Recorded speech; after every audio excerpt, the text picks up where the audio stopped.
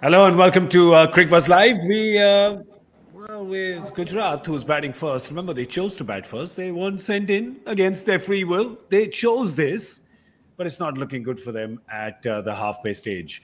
They are 59 for the loss of 3 wickets. Their top three are gone. No, well, their top, 2, 3, 4 are gone. Shubman Gill is still batting. He's 13 not out of 26. But Riddhiman Saha, Hardik Pandya, and Matthew Wade have all made it back to the pavilion. Avesh Khan, he's picked up 2 wickets for 15. He's looking good. Well, all the bowlers are looking good, aren't they, Lisa? Yeah, they are. They're actually performing well. They're getting some assistance as well with the pitch. We saw Saha's wicket just stopping in the pitch and him playing out in front early, and very soft dismissal. Matthew Wade, we've seen him get out like this a number of times, and he still continues to play the shot. And I wonder what he was thinking as he was walking off, because he was constantly shaking his head. I hope he was saying, just put it away until I score a certain amount of runs and then I can go. But pressure has a funny thing when it gets to you. Yeah, I think he was shaking his head and saying, I have to leave the shot at home. Just don't bring it to the ground. Just don't bring it to the ground. Yeah, but at this point in time, you'd have to also say, yes, a bit of the shot selection as well from the Gujarat batters. I think you have to say that the first over put pressure on them. And then after that, they just never seem to get on top of the bowling after that.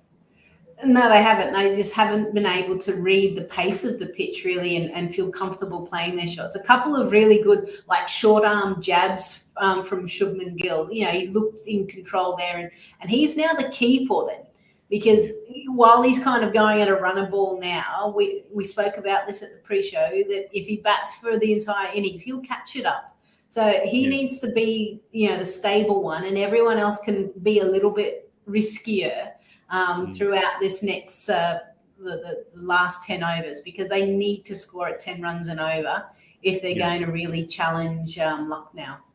Yeah, it is. I mean, if it's a 160 surface, and a surface like this is obviously not as high scoring as some of the others have been in Brabon and Wankhede, but if this is one of those surfaces, then it really is in Gill's wheelhouse, isn't it?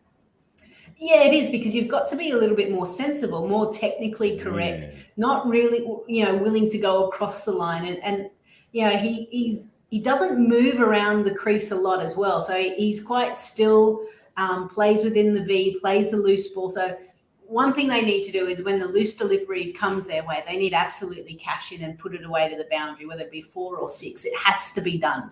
Otherwise, you're building too much pressure on yourself, because the good balls are coming a lot at the moment and they're getting some assistance with the pitch. I got to tell you, it's almost on cue, like he heard us, right? We're talking about him batting sensibly. He just reverses Krunal Pandya for a 4.